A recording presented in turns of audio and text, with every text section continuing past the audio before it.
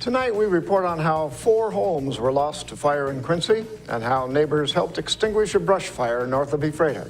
What's going on in sports, Bob? Big Ben's Jessica Sorensen signs a letter of intent, and the Mariners take Game 1 of a 3-game series with the Indians. Here's a peek at our Weather Center forecast.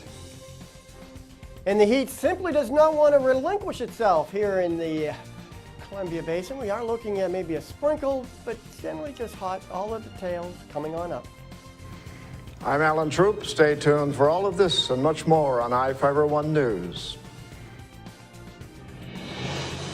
From the iFIBER 1 HD studio here in the heart of the Columbia Basin, this is iFIBER 1 News.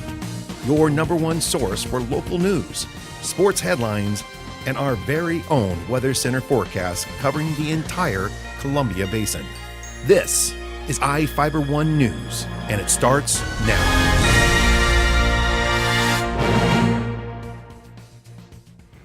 Four families were displaced after a Tuesday afternoon fire in the Quincy Manor Apartments on D Street Southwest. Firefighters from Grant County Fire District 3 and Ephrata Fire Department responded to extinguish the fire.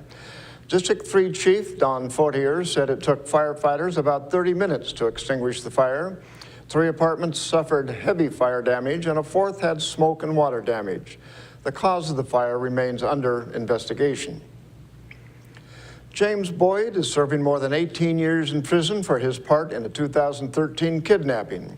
A Grant County jury convicted the 24-year-old Fort Washington, Maryland resident of kidnapping, possession of a short-barreled shotgun, witness tampering, and 2 counts of assault. Boyd faced between 17 and 19 years under state sentencing laws, and Judge John Antos sentenced Boyd to 18 years and 4 months in prison. The majority of the sentence was for the enhancements made because a gun was used in the crime. Boyd is the last of 4 people to be convicted in the January 2013 kidnapping. The group kidnapped a man, took him to an Othello home, beat him, called him a snitch, and took him to the Moses Lake sand dunes to kill him. The victim was able to escape and call police. Temperatures outside are rising, but things are about to cool down around the senior center. Reporter Cameron Probert has that story. Quincy Senior Center is expected to get cooler soon. The City Council approved replacing the oldest of the building's 3 heating and air conditioning units during a special meeting Tuesday. Maintenance Supervisor Dave Reynolds said the unit cools about 1/3 of the building and was freezing up during the high temperatures. He said the other 2 units are newer and shouldn't need to be replaced. The replacement is expected to cost less than $10,000. For iFIBER 1 News, this is Cameron Probert reporting. Thank you, Cameron. The Quincy Valley Medical Center has less than a week to decide if they will ask for a property tax increase in November.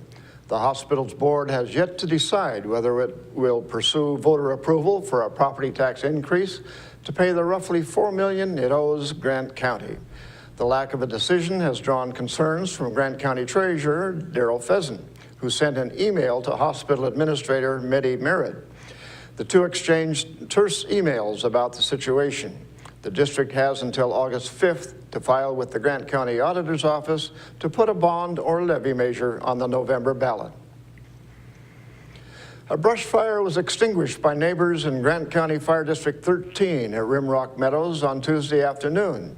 3 fire trucks were dispatched to the remote community about 18 miles north of Ephrata. They arrived in the 4700 block of Tumbleweed Way as about a dozen people in the community were putting out the fire with shovels and water containers. The fire damaged a shed and destroyed a small amount of sagebrush. The fire came close to a pair of residential trailers but did not damage them. None of the people helping extinguish the fire knew how it started or exactly where. Now let's take a look at people currently being sought out by the Grant County Sheriff's Office.